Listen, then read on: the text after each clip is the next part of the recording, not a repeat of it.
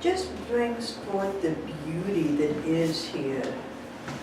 The happiness that is inherent in our world, should we choose to see it that way.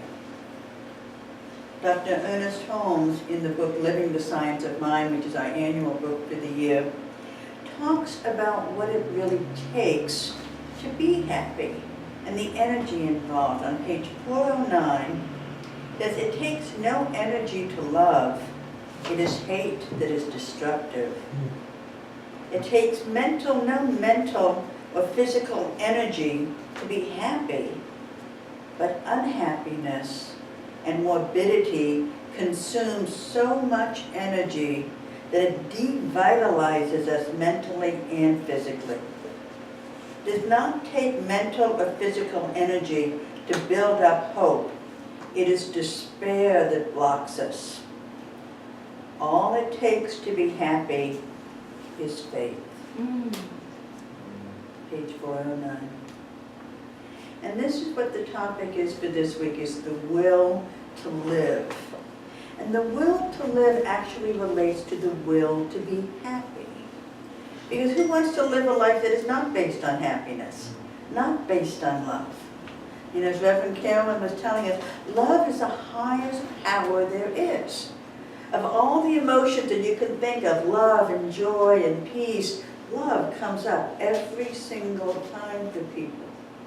And that means that we have that happiness inside us that just wants to come out. So when we talk about the will to live, what does that mean? I mean, we're all here, we're all living. I would say that everyone in this room is pretty darn happy. Why? Why? There was an article in Science of Mind magazine not too long ago that challenged happiness as the goal to life. That you shouldn't really worry about being happy and have a goal of a happy life. What you should focus on is a fulfilled life. For when you're living on purpose, when you're living with meaning that has been added to your life, you will just naturally be happy. You'll wake up out of bed, jump out, who cares how cold the room is, and say, I got things to do. I'm on purpose. There's meaning to why my existence here in this world. I'm going to do something with it. I'm going to make a difference. There's a book written by the Dalai Lama, His Holiness the Dalai Lama, and Archbishop Desmond Tutu, called The Book of Joy. And in it, they talk about some of the pillars of joy that makes a happy life. One of them is our ability to reframe a situation more positively. Someone gets stuck in traffic, late for an important event, gets to the event, that entire event's ruined. Many people are like, oh man, the traffic, and then this guy cut me off, and and every single person that they're talking to in the event gets this story of negativity repeated again and again and again. We have the ability to reframe. I was so late getting here. Thank goodness I made it. I'm so glad you all were so patient, and I'm just glad to be here. Both stories are true. Which one do you want to go with? I like the positive. I like the Pollyanna. I like believing it's a wonderful world. That the trees are green and the skies are blue and the white clouds are making beautiful images. Why not? Why not? If that's the worst that you can call me as a Pollyanna, I'm kind of okay with that. And I can take action to make a better world for everyone. Yes. It's not the spiritual bypass. It's not just saying, la la la la la la la, this is a beautiful world. No. There is pain. There is sorrow. And there's things I can do to make a difference. Small things. being kind to others, keeping my own consciousness at a level of height and awareness and spirituality that puts in the world more love. Remember the name tag, love-based being? It used to say practitioner, then it became a minister. So Don made that for me. I set a goal every year of a theme that I want to have based on that particular year, and last year was love-based being. That whatever came into me, I wanted to just have as my center focus, I am a love-based being. And what does that mean? Well, it means I don't cuss somebody on the freeway when they cut me off, because I'm a love-based being. And it's all those little things that occur in our lives that we have the ability to choose differently. And that's one of the pillars of joy that comes out in the Book of Joy by Archbishop Desmond Tutu and of His Holiness the Dalai Lama. The next one is our ability to experience gratitude. Now, gratitude and the experience of gratitude is more than just saying thanks. I appreciate that. It's looking at everything that comes in our life in a way that says, I feel gratitude for this event. Even when there are things that other people would look at poorly. My husband and I have a saying in our house, we call them another thrilling growth opportunity. Because these things that are just negative and irritating and frustrating is an opportunity to grow, an opportunity to expand, an opportunity to learn who I am at a deeper and deeper level. Dr. Michael Beckwith, when I went to see him up in Santa Rosa not too long ago, had a great phrase at one of his big sayings that he says, what is bad for the ego, hurts me, my ego, I'm crushed, is really good for the soul. What's bad for the ego is good for the soul. And expressing gratitude for everything that comes our way is one of the pillars of joy. Say thank you to the event. Thank you to the situation. Because it gives us each an opportunity to be more than we were without it. And the final of the three pillars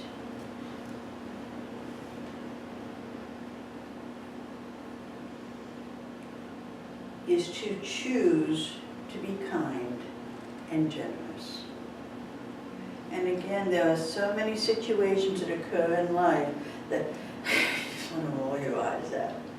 You just want to let the lower self, because we're there, we're human beings on top of everything else. There's that part of me that just wants to roll my eyes, wants to throw out a hip, wants to cop an attitude. And occasionally I do. As I get deeper into my spiritual practice, less of that happens. And when it does happen, it stays with me for a shorter period of time. Express gratitude. Be kind. Be generous. And not only generous, we hear that word generous and we think money, but there's so much more to generosity. I'm busily writing up my talk last night, and John comes in with a thought that he had that was very inspirational to him. Now, I could have been less of a generous of spirit. Not now! I'm writing my sermon! And the thought occurred to me. The thought absolutely occurred to me. But I realized that I'm writing about happiness. I'm writing about generosity of spirit. If I can't practice it in my own home, what type of a minister am I? So we have generosity of spirit, not only generosity of funds. So those three pillars: reframe the situation, experience gratitude, choose to be kind and generous. The Dalai Lama, with all of the trials and tribulations in his life, in this book, he writes, I'm fortunate to be alive. I have a precious human life. I'm not going to waste it.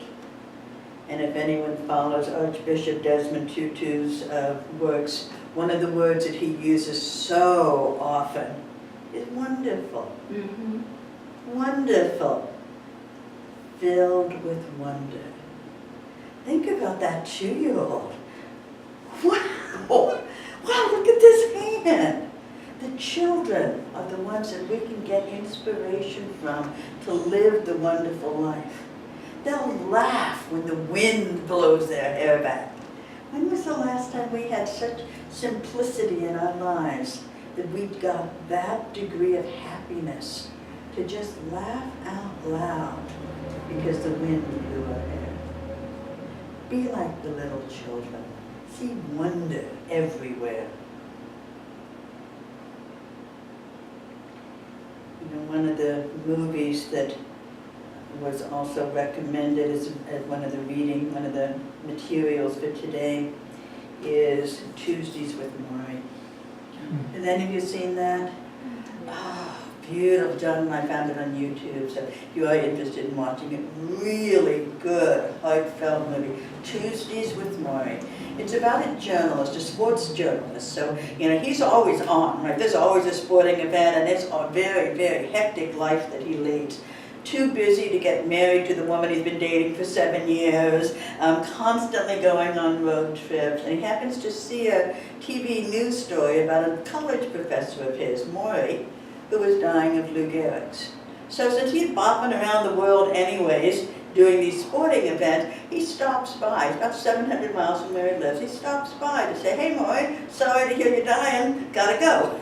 Which was his intention, right? Because he's living a high, fast-paced life, but he does the right thing. He still has that heart. And he gets captured again by the inspiration of this beloved teacher. And he makes a point every Tuesday, no matter where he is and what sporting event goes on, to be there with Maury. And he starts recording this talks that they have. As this man who has led a beautiful life, he's 78, which is still relatively young. It's not, these 90, 100-year-old people are 78, knowing that he has months to live. How is he going to live this life? And he comes up with these witticisms in their talks. And death doesn't end a relationship. The love that was created doesn't go anywhere. It's still there. It's still there. And we can grow from those who hurt us just as much as we can grow with those who love us. Mm-hmm.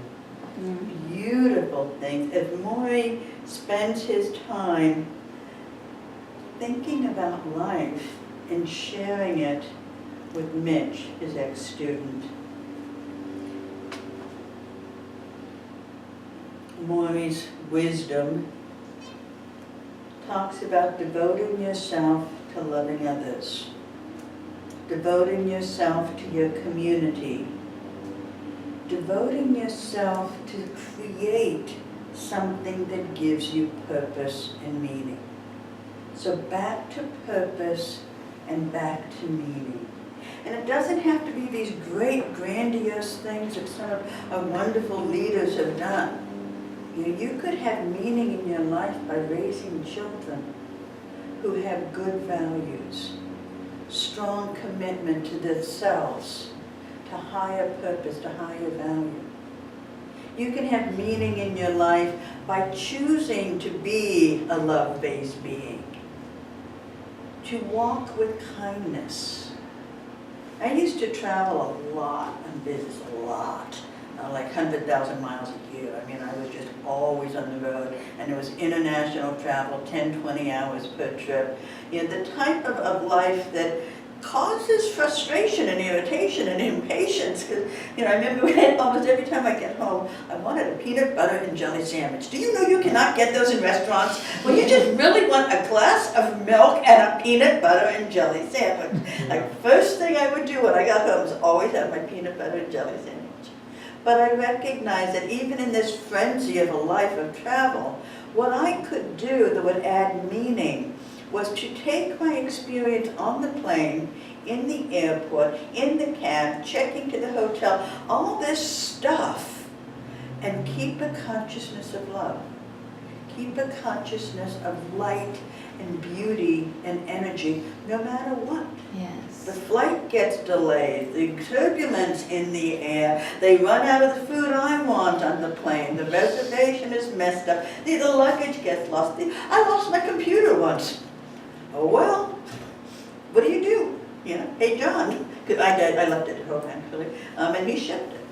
And now when it came to Sweden, is where I was at, they saw it as an import of computer electronics from Silicon Valley. And I had to pay the postage on it, $2,000. Oh. They saw it as shipping a computer from the United States to Sweden. What do? Refuse? Love-based being. Paid the $2,000. No other choice. Couldn't get the company to reimburse. It was my own stupidity. Yeah. And I could have not worked with the computer had I known, but I didn't know.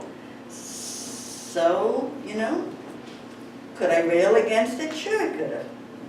You know, could I have tried to fight City Hall and say, I'm not going to pay your taxes? Not, blah, blah, blah, blah. Of course I could have.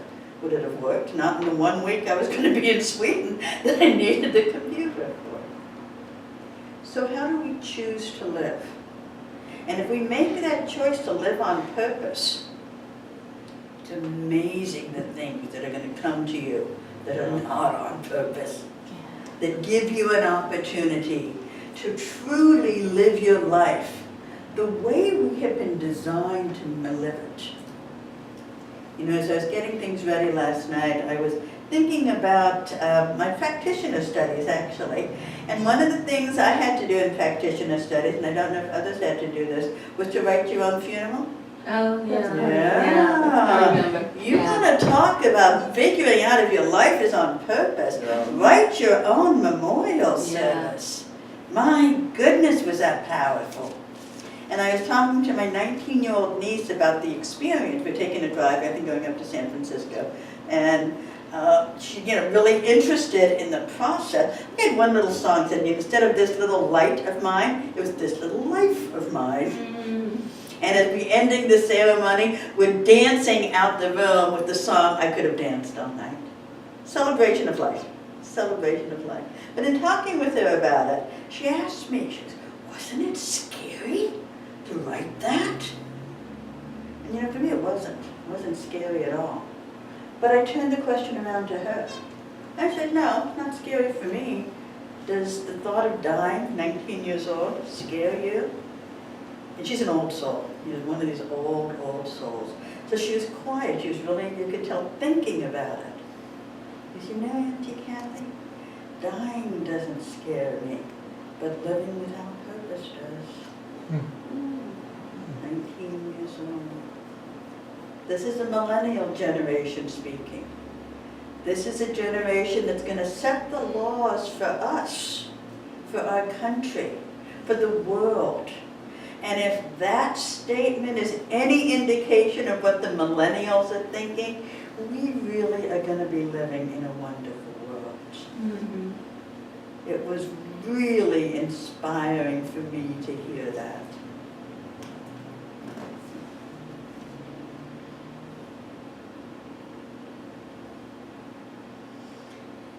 So going back to the Book of Joy, there's a lot that Desmond Tutu and the Dalai Lama talked about where we put our attention. We are at choice.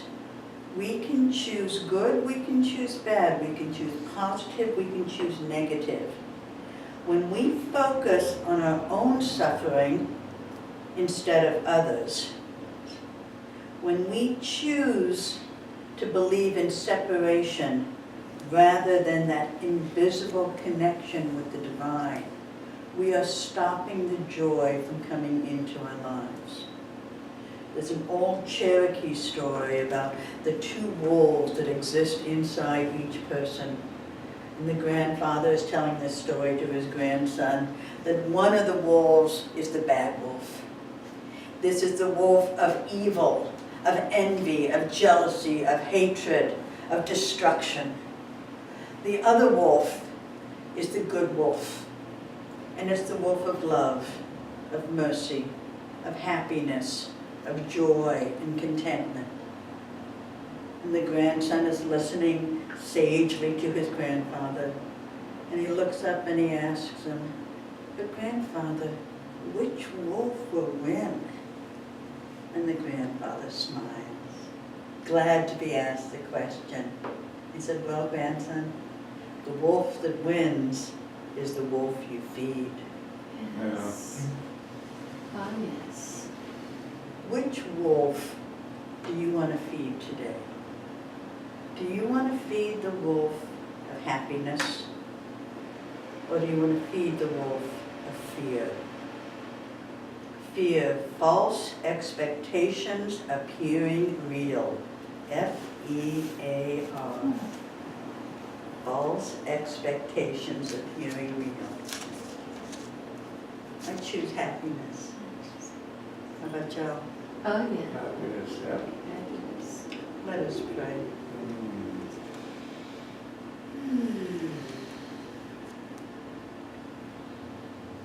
In the silence is the presence. The presence of the one mind, the one spirit, the one sense of joy and happiness that exists deep inside me. For that is where love is. That is where spirit is. That is where the infinite possibilities of life lie. I know that I am a choice.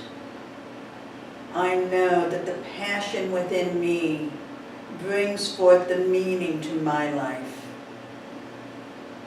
These things that I know for me, I can know for others. And I declare the truth in the passion for happiness, the passion for fulfillment, the passion for life exists for those in this room, in this city, in this state, nation, country, world. That the consciousness that each of us has, that we bring into our world, lightens the load of all.